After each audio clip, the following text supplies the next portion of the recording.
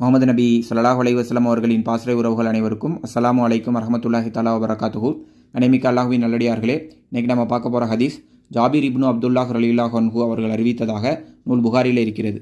இறைத்தூதர் நபி ஸல்லல்லாஹு அலைஹி வஸல்லம் அவர்கள் கூறினார்கள், உங்களில் ஒருவர் நீண்ட நாட்கள் கழித்து ஊர் திரும்பினால் இரவு நேரத்தில் திடீரென தம் வீட்டாரிடம் செல்ல வேண்டாம். இதுக்கு பேசிக்கான மீனிங் தான். பீப்புள்ஸ் உங்களுக்கு டீட்டெயில்டாக வேணும்னா கமெண்ட் செக்ஷனில் சொல்லுங்கள், நான் அதுக்கான டீட்டெயில்டு எக்ஸ்ப்ளனேஷனை ஷேர் பண்ணுறேன் இன்ஷா அல்லாஹ். இன்றைக்கி என் மண்டேயில் உதிச்ச ஒரு தாட்டோடு இந்த வீடியோவை முடிச்சுக்கலாம்.